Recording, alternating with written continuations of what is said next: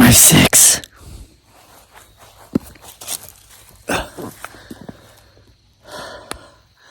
Head rush. Hey everybody, welcome back to Homesteading Off the Grid. And a beautiful, gloriously beautiful October afternoon. Perfect timing here to catch the sun still shining through the trees back there as it's setting over the beautiful Blue Ridge Mountains of Virginia. Today is October 23. Can you believe it's like 8 days till Halloween? We've only got 8 wonderful October nights left. I hope you're taking advantage of this wonderful weather if it's this beautiful where you live. Me and the family been driving around all day today. We found a fall festival that we didn't know was taking place on a giant farm out in the middle of nowhere, and they had hay rides and overpriced food, but you know, it's par for the course. It's to be expected, and games and just a great time.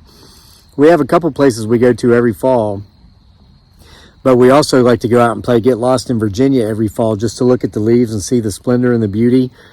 And this is not the first time that through the years we've just happened upon one of these type of festivities, and those are the best kinds because it's like they're gifts, completely unexpected and unplanned for.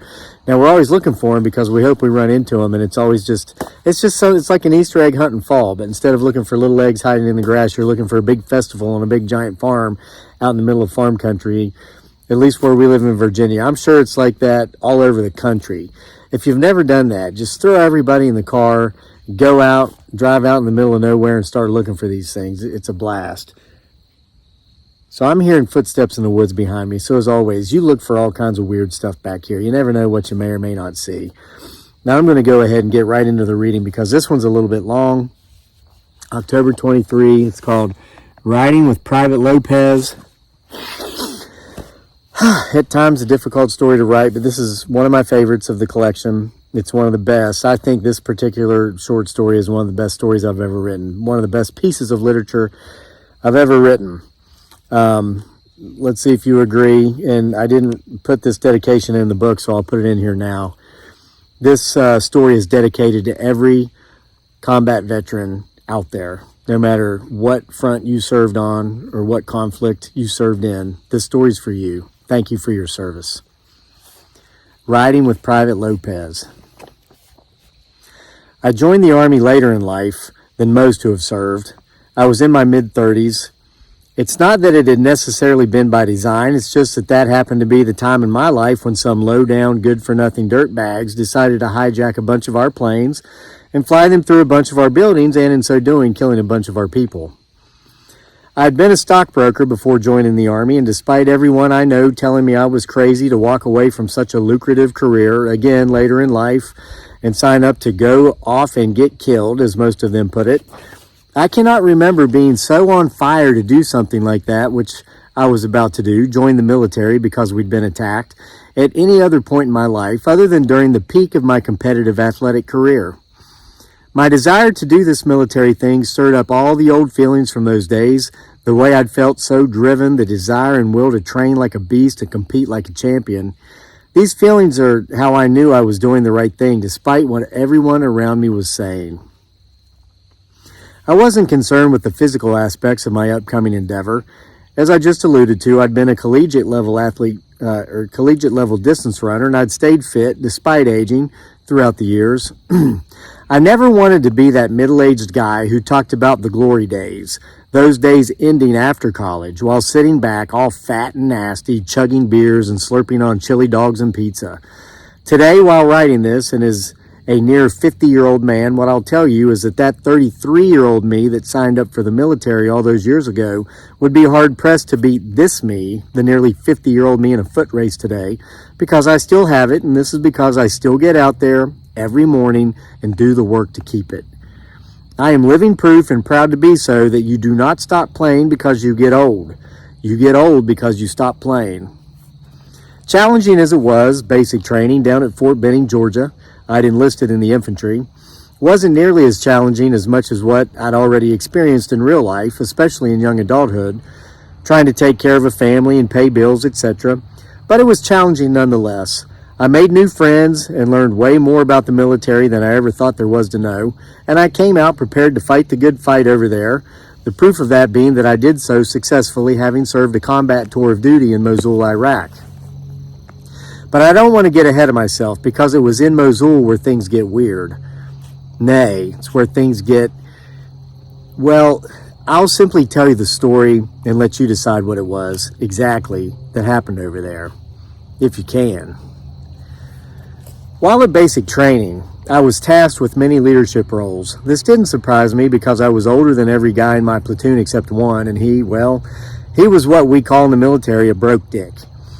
He had a ton of faulty physical conditions, and frankly, the only way I can figure he was even able to get into the military was because they'd lowered the enlistment standards enough to allow guys like him in because we were at war, and all the types who'd historically joined the Guard for free college wanted nothing to do with that free college now that it actually required combat duty.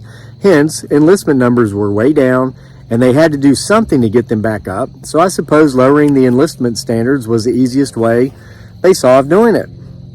My summation of this guy would prove correct, as when his unit did deploy after we'd finished basic training, he wiggled out of it due to health reasons, and he was eventually med-boarded, that means medically discharged, and now draws a tax-free check for life. 2 actually, one from the Army and one from the VA.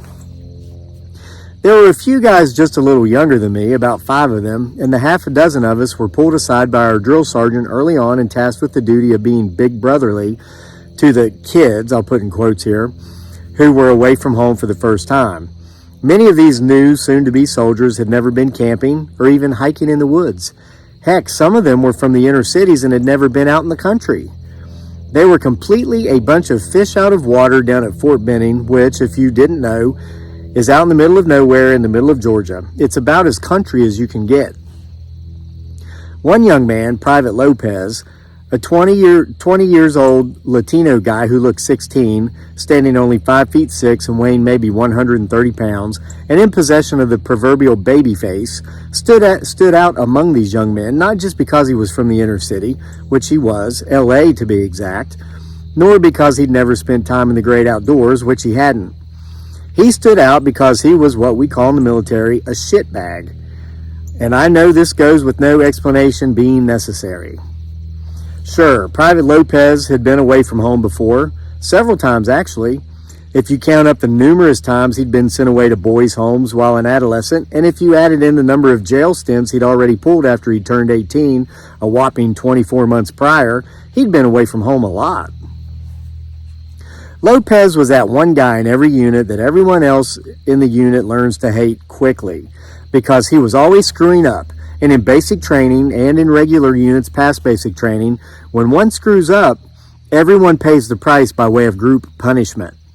Sure, they deemed group punishment to be unfair and therefore discarded it in the public schools years ago, but the military knows it's effective, and they still very much use it today.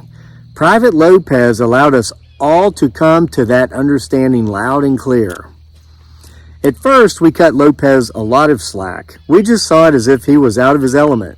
He wasn't athletic at all. He'd come from an environment where discipline and structure were not the norm. But cutting him breaks soon ended, as we saw that he simply didn't give a shit. When he'd get in trouble for whatever infraction he'd committed, whether it was not being able to keep up in a physical challenge or being habitually late for formations, our patience gave out. You guys know what you need to do with Lopez, don't you? One of the drill instructors asked me, and one of the other guys who'd been placed in a leadership position in our platoon, another old guy, as our drill instructors referred to us, even though this other old guy was only 25 years old. What's that, drill sergeant? I asked. Break his fucking arms. Are you serious? I said. If this motherfucker goes off to combat, he's going to get his entire platoon killed. You guys can save a lot of lives and a lot of injuries by breaking his arm. It'll be enough to send him home. We'll med board him. We were on our very first bivouac, which is a fancy military term for camping trips. We were about halfway through our 14-week cycle. We can't do that, the other old guy by my side said. The hell we can't, Specialist Bird said, pulling up beside us and speaking in a hushed tone. Bird was another old guy, all of 26, and he'd been eavesdropping on the conversation. Bird was a stocky white guy who stood at about 5'8", and he always looked pissed off. I was never able to determine if he really was or if his face just looked that way. I'm in the same state guard unit as him, Bird said. He's not getting me killed. Don't worry, Drill Sergeant, he said, looking at our instructor. I'll break his fucking arms.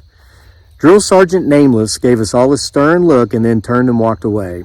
I'm choosing not to name him here so as not to incriminate him, but trust me, what he was asking us to do is common, and worse is often asked while in combat. It's why they've changed the term friendly fire to fratricide, which means to murder my brother, because the military powers that be decided to stop turning a blind eye to it and acting like it is accidental. Trust me, most incidences of fratricide are intentional, very methodically planned out, and there is nothing friendly about any of it. And before you start with that, I could never shit, let me tell you, I used to say the same thing, but until you are in combat and people are being killed all around you and you know it's either you and the rest of your unit or that POS, that's military jargon for piece of shit, by the way, lieutenant, who's all about command, bragging to his ROTC buddies from college about how he, quote, keeps his enlisted men in line, end quote, you may find yourself willing to do all kinds of things you never thought you would do. Much conversation took place among us old guys for the rest of that day before darkness fell. Half of the old guys wanted to break Lopez's arms and the other half didn't. Had it been simply for the sake of getting rid of him and ridding ourselves of the constant group punishment he brought upon us, we would have never considered it. We'd been playing the basic training game long enough to know that no matter how right you are always wrong. No matter how good you are, you suck. And if Lopez were to be sent home for breaking his arms by running into a door, there would be someone else for whom we would constantly end up being group punished. However, the drill sergeant had upped the ante by bringing up the cold hard fact that shitbags like Lopez, soldiers who did not take the mission seriously or who were constantly letting their guard down and goofing off, did end up getting people killed in combat. We pooled our thoughts, our ideas, and our wise experience as a bunch of old guys who were nowhere near old, and we came up with a plan. That night, as Lopez was in the middle of his fire guard duty, somewhere around 2:30 a.m. or so, we approached him as a group. "Come at me, brah! I'll stab a motherfucker, brah!" Lopez said. He was holding a prison shank he'd carved out of a piece of wood with his Leatherman. He obviously knew we were coming. I don't think he caught word of it. I think his instincts simply informed him. He'd been a shitbag for far too long, and he knew it. "Drop that shit," Bird said, knocking the shank out of Lopez's hand. "I'll fight you all," Lopez said, getting into a fighting stance. "You all might get me, brah, but whoever comes first is going to get it, brah." He took a couple of swings, not really aiming at anyone, and we saw tears running down his face in the moonlight. Private Lopez was scared shitless. And I'd imagine he'd spent most of his life scared shitless. And it was why he was always acting out and getting into trouble, both at basic training and in his civilian life before. He wanted to make sure to be seen as a hard ass, so no one would see what he really was, a scared little chicken shit. "Calm down, Lopez," I said. "We're not here to rough you up like Drill Sergeant, name omitted, told us to do." "He what, brah?" Lopez said, his voice sounding as if betrayal was not new to him, but as if he hadn't expected it here in this man's army. "You're going to get someone killed in Iraq or Afghanistan," Bird said, "unless you change." "And we're going to change you," Specialist Fowler said, stepping forward and getting right in Private Lopez's personal space. Fowler was from Texas, and though he didn't look like he was always pissed off like Specialist Bird, he was always pissed off. By the way, dear reader, if you've noted the difference in rank, us old guys being specialists, this was not because of our ages. This was because we all had college degrees. Therefore, when we enlisted, we were automatically given the rank of E4 specialist rather than starting out as privates. We could have gone OCS, which stands for Officers Candidate School, and been officers, but none of us cared about rank and status. We cared about being boots on the ground and getting over to the Middle East and letting those bastard terrorists know how we felt about them. "Note how the back of your head fits perfectly in the palm of my hand," Specialist Fowler said, now walking up behind Lopez and putting the palm of his hand on the back of his head. "You see how that fits perfect? It's a perfect fit." "Yeah, brah," Lopez said. Whack! Specialist Fowler hauled off and smacked Private Lopez in the back of the head as hard as he could. "Oh, shit, brah," Lopez said, grabbing the back of his head. "What was that for, brah?" "A sign of things to come," Bird said, walking over to Lopez and doing the same thing Fowler had done. "Damn, brah, stop that shit, brah," Lopez said, backing out of our circle that we'd formed around him. "We're not going to smack you all night," I told Lopez, "but starting tomorrow, you will have no downtime. When given what short breaks we're given, and it wasn't many, one of us is going to pull you off to the side and we're going to instruct you on all the shit you keep fucking up on." "Consider it extra work," Specialist Branson, another old guy in our group, said. Branson was a 25-year-old black man from Alabama. He was calm, cool, and collected, and the size of a mountain. Branson stood 6'3" and he was a solid 210 pounds. He looked like a heavyweight boxer. He was quiet for the most part, but when he spoke, everybody listened because he did not mince meaningless words. He was wise beyond his years, and he would be the only one among us who would go on to join the Special Forces and pass selection and become a U.S. Army Green Beret. He would serve in Afghanistan in that capacity a few years after basic training. "But this is absolutely your last chance," I told Lopez. "You either start taking this shit seriously, or we're going to fuck you up and you're not going to like it." And this is how we handled Private Lopez for the rest of the cycle. Anytime we had any downtime, mostly only given because we were in Georgia and it was the middle of summer and the temperatures were reaching more than 100 degrees on many days, one of the six of us would take Lopez aside and work with him on his extra credit work. By the end of the cycle, Private Lopez had not only become the most improved soldier in our platoon, he'd become one of the best. He'd actually gotten in great shape and found the inner athlete inside him that he never knew was there. His drill and ceremony, which isn't so important at a time of war, was spot on. He showed respect to his superiors and his peers, and you would have never imagined he'd been such a shitbag earlier in the cycle. As happy as we were to see these changes in Private Lopez, it is what he told us, we old guys who weren't really old, and who'd molded him like a piece of clay after our graduation ceremony, that made us shed tears. "You guys have no idea how much you helped me," he said, holding back his own tears. "You saved my life, and I'm not talking about what may happen in the Middle East." Private Lopez went on to tell us about his home life. He was the youngest of 6 children, all boys, and all 5 of his older brothers were in prison. 2 for drugs, 1 for using and 1 for dealing, 1 for armed robbery, 1 for rape, and 1 for murder. "I was already following our family tradition," Lopez said. "I was actually given an ultimatum by a judge. I'd stolen a car and I could either go to war or go to jail. You guys didn't just turn me into a soldier, you turned me into a man. I'm going to do 20 years in this man's army, and I'm going to retire with a pension and rank and respect, and I'm going to have my own family someday, and I'm going to raise real men, not criminals." I would spend the next 6 weeks with Private Lopez in advanced infantry training school, and then another 3 weeks with him at airborne school.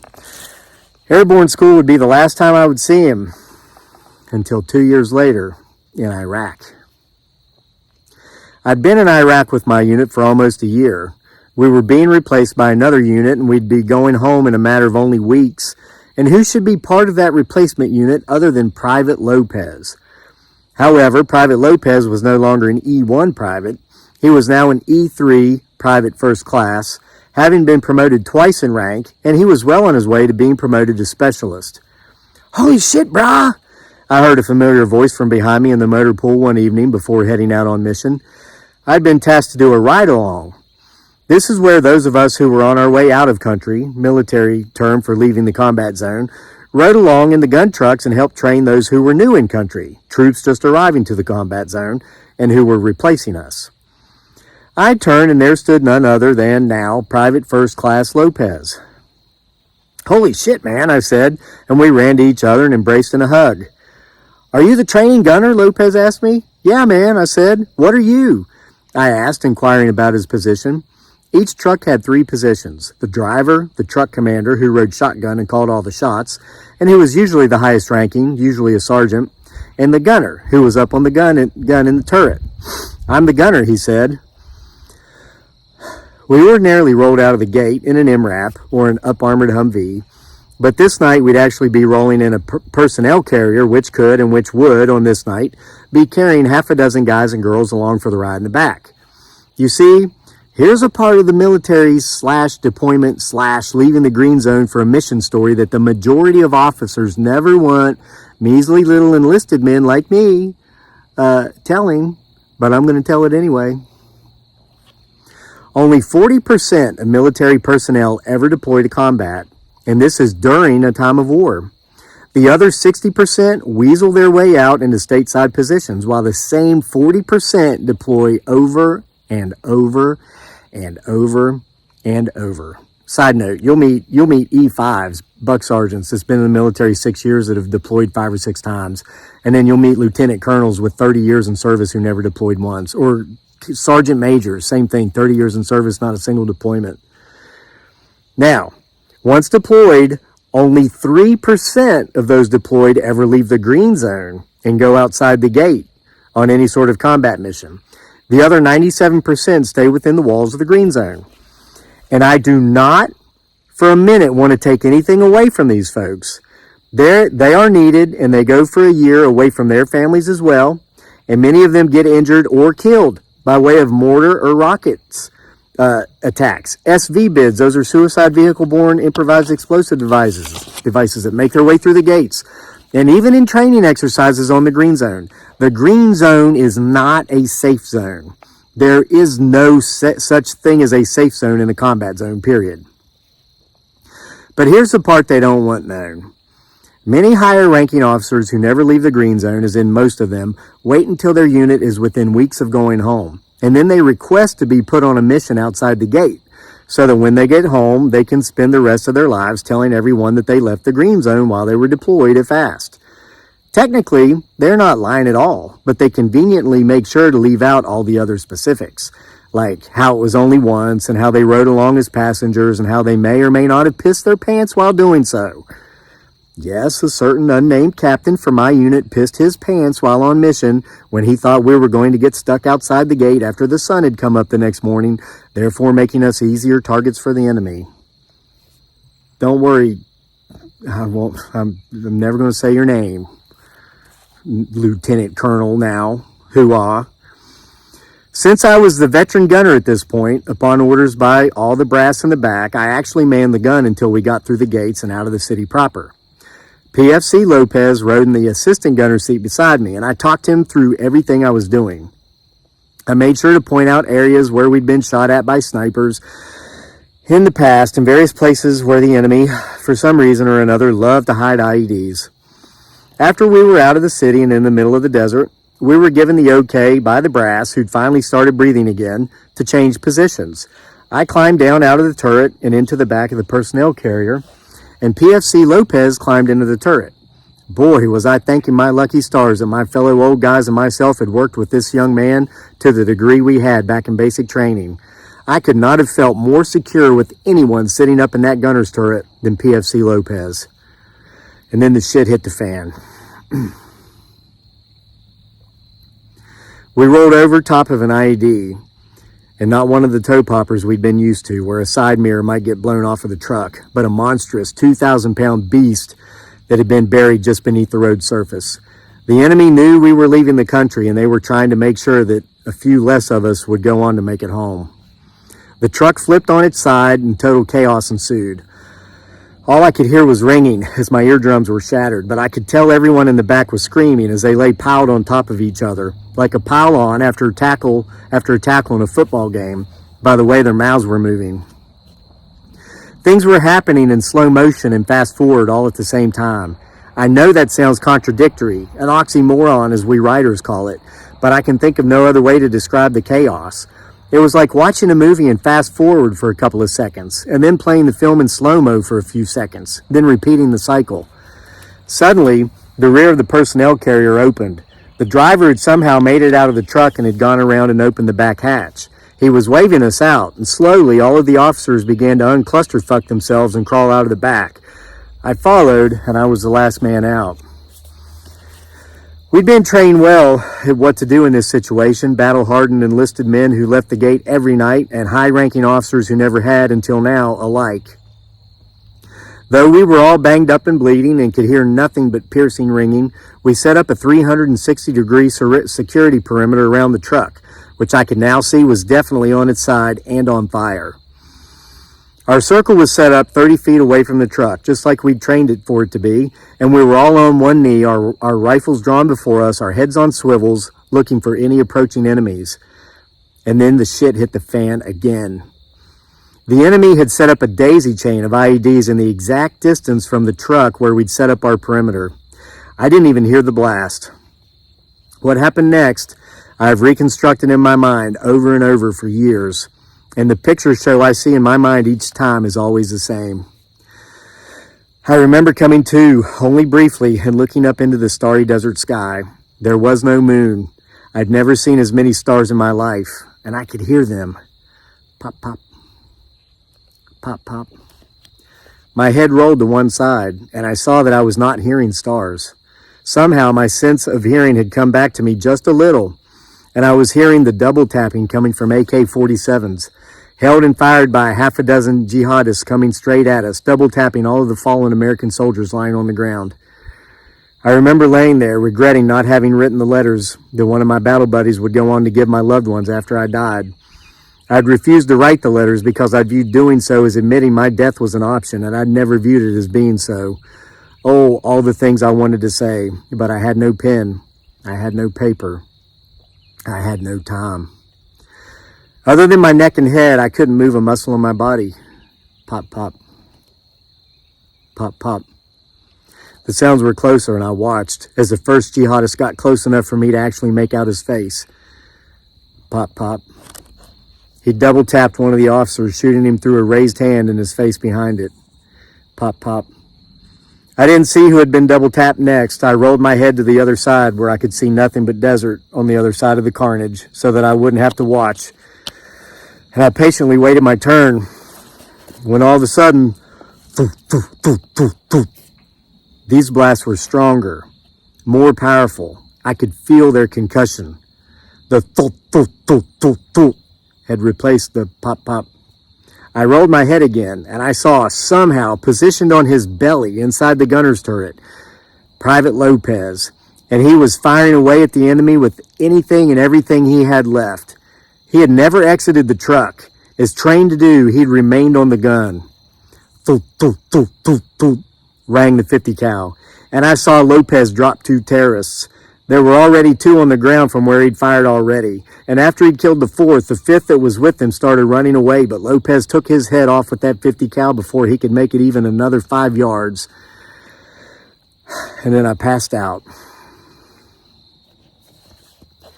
I would spend 6 months in the Warriors in Transition Battalion at Fort Lewis after my deployment.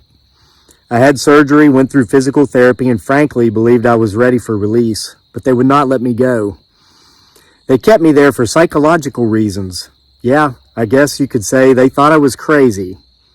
And the reason why is because no matter how many times I was asked to recall the story of the events that took place that night in the desert, just outside of Mosul, my story never changed.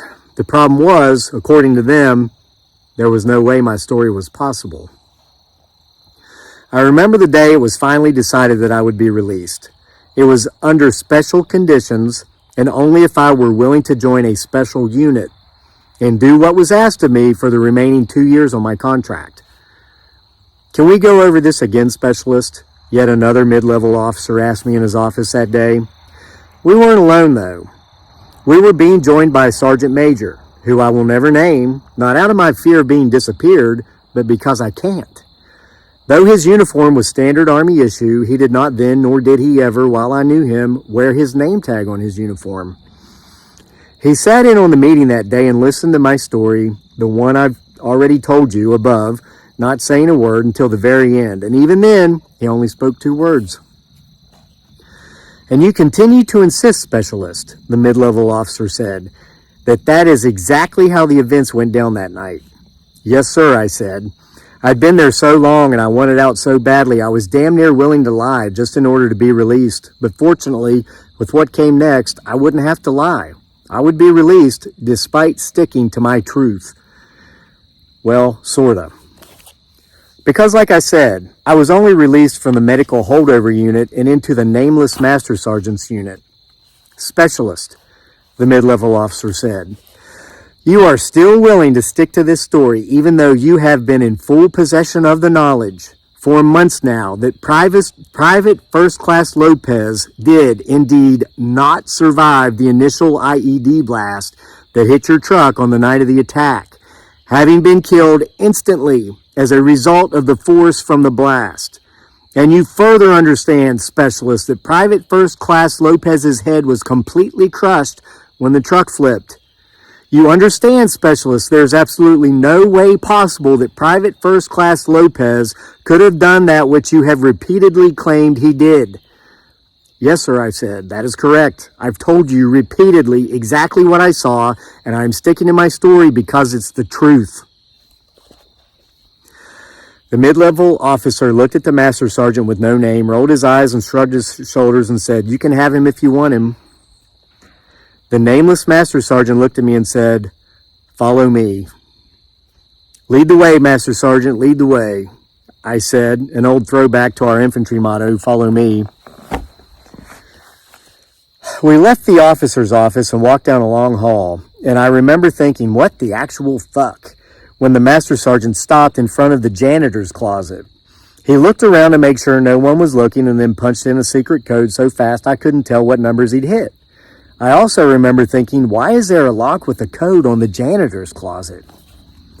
He opened the door and said, Please, and held out a hand, motioning me into the closet. I walked slowly around the door so that I could look in, and this is when I realized that this was no janitor's closet at all, despite even the plate on the door I'd seen while making my way around the door stating that it was. The door led to another hallway. I entered the closet that wasn't a closet and instinctively walked down the hall. We came to the end, and at the end there were 3 more doors, one in the center, one on the right, and one on the left. I saw a soldier standing there, and this soldier did wear a name tag. It said Johnson. Johnson, a private, was a black man, about 20 years old, and he stood at parade rest. Private Johnson, the Master Sergeant said, Will you point out which door the Specialist needs to enter? Private Johnson pointed to the door in the center, and then he stepped aside so we could pass. I walked to the door, twisted the knob, and opened it. I stepped inside, and then I stopped, holding the door for the Master Sergeant. Well, the Master Sergeant said, stepping through the door, You've passed your first qualifying test. I looked into the hall to see if Private Johnson would be joining us. He wasn't there, and I had not seen or heard him open or close either of the other 2 doors. He was simply there one moment, and then he was gone. Have a seat, Specialist, I heard the Master Sergeant say. I turned around and saw that he was already sitting at his desk, in this small, almost completely bare office. I looked at his desk, and there was a nameplate on his desk, but even this nameplate didn't have his name on it. It simply had his rank, again, Master Sergeant, and a blank space where his name should have been, and beneath that, as is standard in the Army, the name of his department and his position within the department. Military Paranormal Science Liaison? I said, reading his title aloud. Have a seat, he said, motioning toward the chair on the other side of his desk. We have a lot to talk about. What it was we talked about, I will not say. Where I went and what I did after that meeting while fulfilling out the final 2 years of my contract, I will not say. What I will say is that just as a lot of things we experience in combat never leave us, no matter how long we've been home and no matter how long we've been out of and entirely away from the military, a lot of the things that I experienced while working in my new unit have stayed with me as well, and in more ways than you can imagine. I've even given some of them names. And every now and then, more than 10 years out of service, and as of this writing, more than 10 years out of service as of this writing, when alone on a backcountry road in the Blue Ridge Mountains of Virginia, while either on my mountain bike exercising in the morning or while riding my motorcycle in the afternoon to clear my mind after a long session of writing, I'll not so much see, but sense someone pulling up beside me. When this happens, I'll ease over to the side a bit, not to allow them to pass, but to allow them to ride along beside me. For you see, these are the times still when I'm riding with Private Lopez. The end.